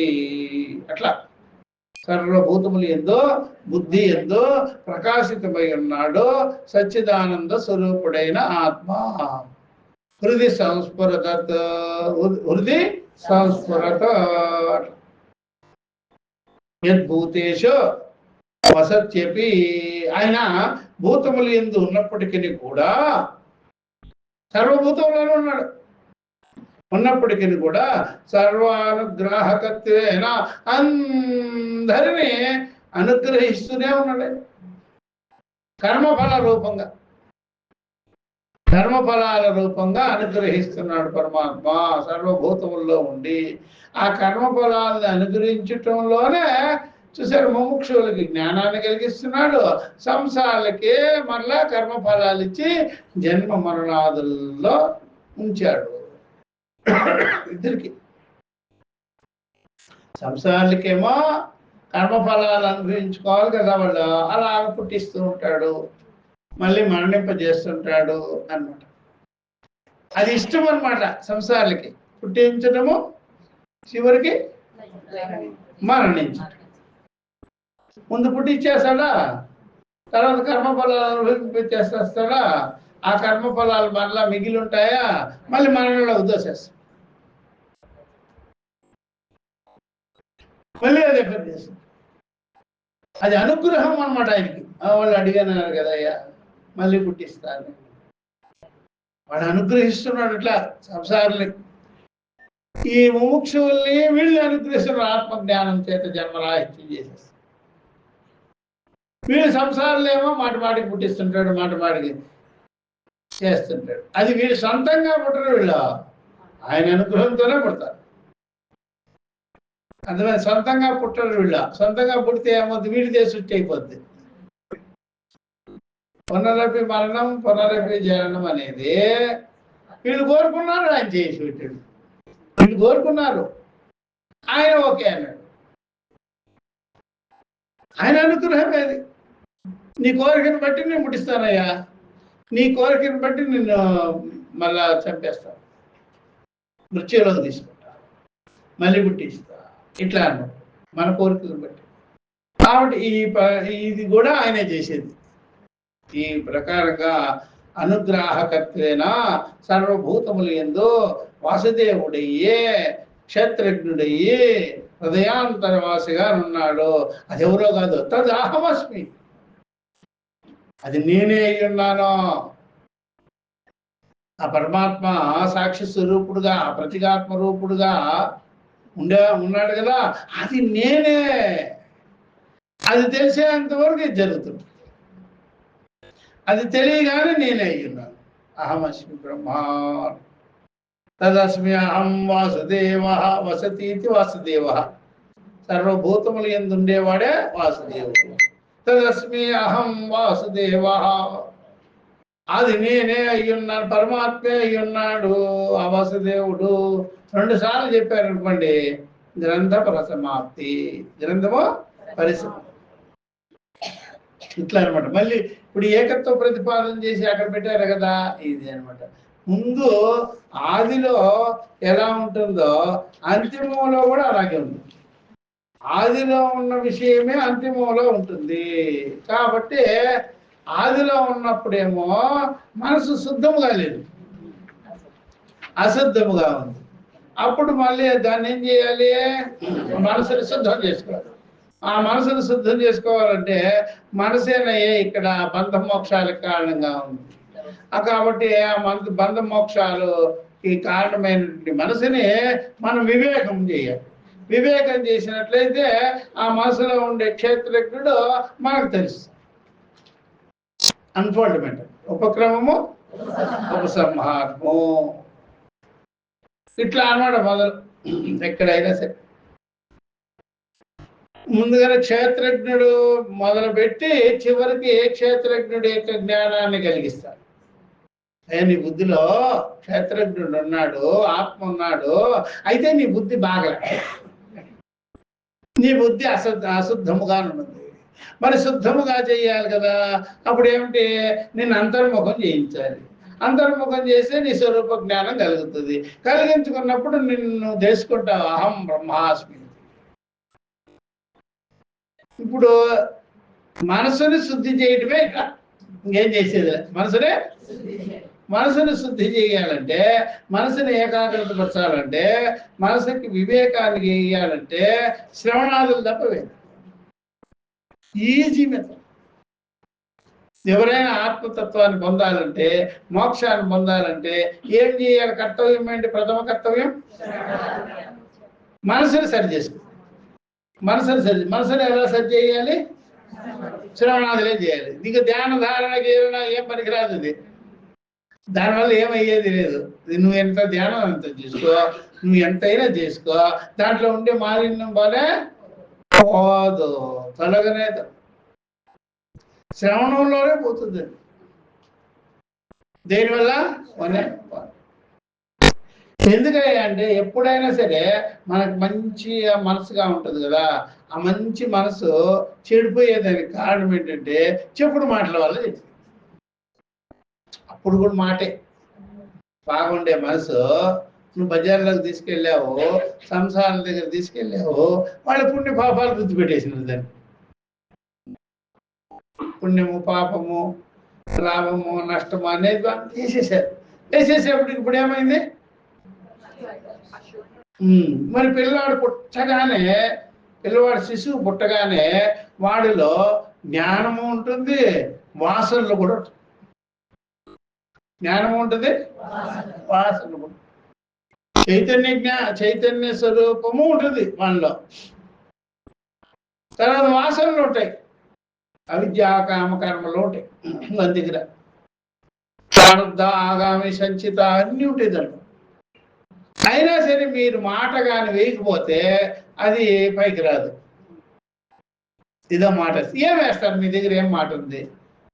శృతి మాట ఉండదు, శృతి మాట ఉండదు. ఒకవేళ మీరు కానీ నిరంతరము అహం బ్రహ్మాస్మి అనే మాట, ఐమాత్మ బ్రహ్మ అనే మాట, సత్యజ్ఞానమనంత బ్రహ్మ అనే మాట, ఇలాంటి మాటలు చెప్తూ ఉండండి పిల్లాడికి. అది కూడా పనిచేయదు. అది ఎందుకని? అర్థం కాదు అది. ఎందుకంటే వాడికి ఏమో శరీరేంద్రియాలు ఉన్నాయి కాబట్టి శరీరేంద్రియాలతోనే ఉన్నది. పైన ఏముందో అదే. కిందేమో చైతన్యం ఉందమ్మా, పైనేమో ఆగామి, సంచిత, ప్రారంధాది, కర్మలు, వాసనలు అన్నీ ఉన్నాయి పైన తేలుతూ. దానికి మ్యాచ్ అయ్యే మాటలే చెప్పాలి.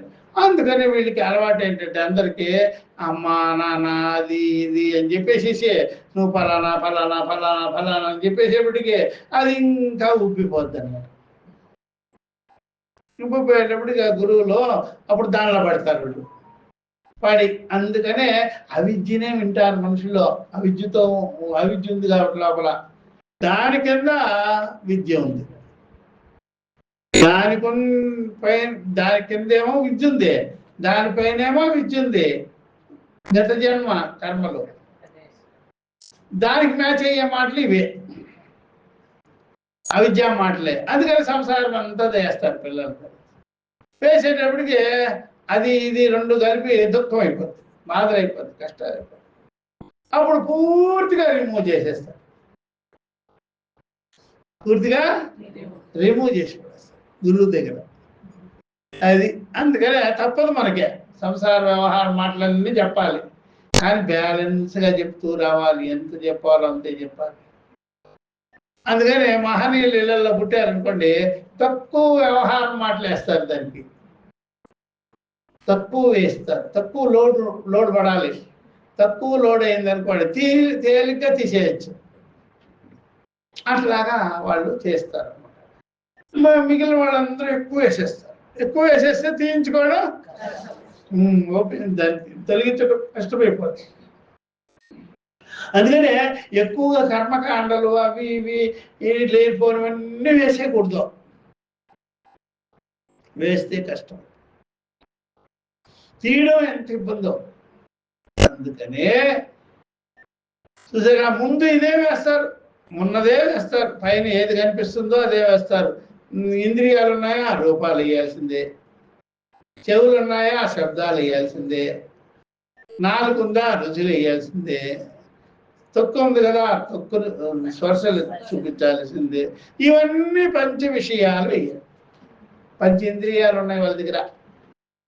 అంతఃకరణం ఒకటి ఉంది, ద్వంద్వాలు, ఇవే మ్యాచింగ్ అయ్యింది. శబ్దస్పర్శ రూప రసగంధాదులు, దానివల్ల ఇష్టానిష్టాలు, దానివల్ల రాగద్వేషాలు, ఇది మ్యాచ్ అవుద్ది అనమాట జీవుడికి, పుట్టినవాడికి, పిల్లాడికి. అవే వేస్తారు, వేరే మ్యాచ్ కాదు. వాడి దగ్గర ఉండే బహిర్ముఖ ఇంద్రియాలు కదా, బాహ్య విషయాలు చెప్పాలి. బాహ్య విషయాలు చెప్పగానే వాడు ఏం చేశాడు, అంతఃకరణంతో పాటు లేచి ఇంద్రియాల ద్వారా విషయాల వైపు వెళ్ళిపోతాడు. విషయాలు వెళ్ళిపోతాడు. అట్లా అనమాట. మీరు ఎంత ప్లాన్ చేయండి. వివాహ సమయాలలో కాశీ యాత్ర ఒకటి ఉంటుంది కదా, వెనక్కి తిప్పించేది. కాశీ యాత్ర పేరుతో కొంత దూరం తీసుకెళ్ళి యూటర్న్ చేయించేస్తారు. అట్లా మళ్ళీ కాశీయాత్ర అని వెళ్ళిపోయాడంటే ఎవడో వాడు దొరకలే మనకి. నేను వచ్చిన తర్వాతే పెళ్లి చేసుకుంటానంటే వాడు 14 గంటలు ఎత్తేయాలి అంతే. నీ కోసం బుక్ చేసినవురా, పెద్ద కళ్యాణ మండపం అది ఇది అని. ఎట్లా బాబు అంటే, నువ్వు కాశీ యాత్ర చెప్పావు కదా, అది చేసిన తర్వాతే వస్తానంటాడు. నీ పేరు పెట్టు. అప్పుడు అన్ని ఈవెంట్స్ అన్ని రద్దు, క్యాన్సిల్ వాడెళ్ళిపోయి. అందుకనే మీరేం చేసి యూటర్న్ చేయించేస్తారు. వెనక్కి వచ్చారని ఈయనకి వెనక్కి వచ్చినాడే ఉంటాడు, ఇంకా బాగానే పడిక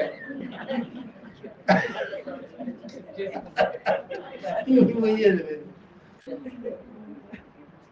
అప్పుడప్పుడు అనుకుంటుంటాడు, ఆ రోజే కాశీయాత్ర అనే పేరుతో వెళ్ళిపోయి ఉంటే ఈ పేడ వదిలేదు నాకు, ఇంకైపోయావో.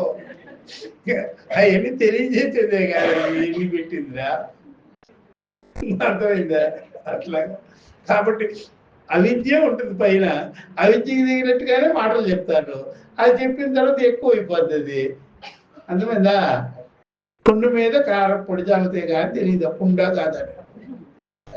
పుట్టుకే ఎలా తెలుస్తుందమ్మా? కళ్ళు పనిచేస్తుంది లేదు అనేటువంటిది ఎప్పుడు తెలుస్తుంది చెప్పండి?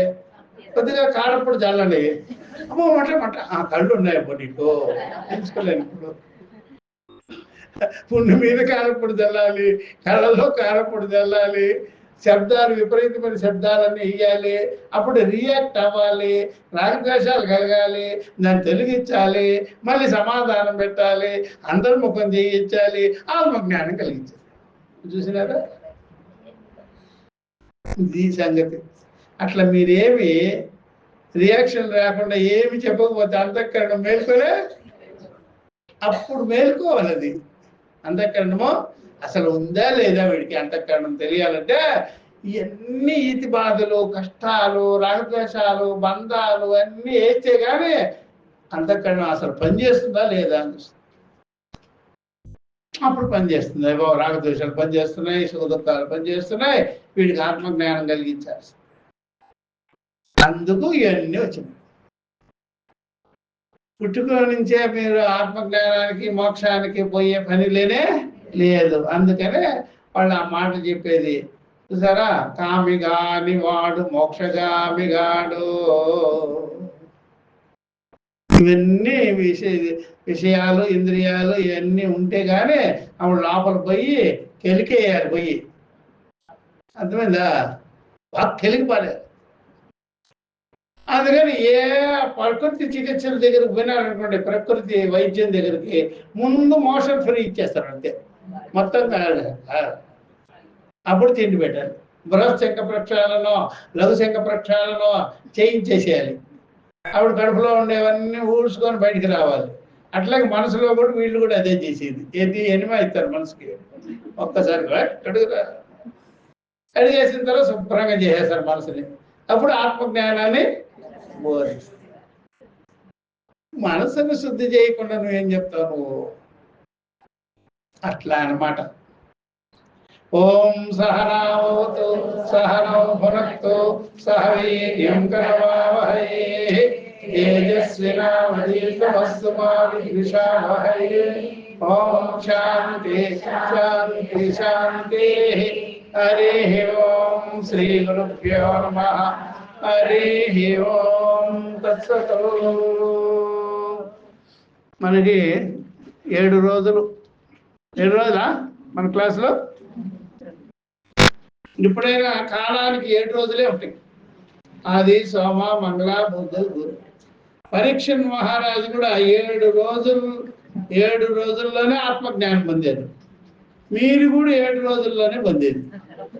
ఉండేదే 7 రోజులు. 7 రోజుల్లోనే పొందాలి ఎవరైనా సరే. అర్థమైందా? ఆది సోమ మంగళ బుధ గురు శుక్ర శని, అదే రిపీట్ అవుతుంది. స్వామి పరీక్షణ్ మహారాజు అంట 7 రోజుల్లో పొందాడంట.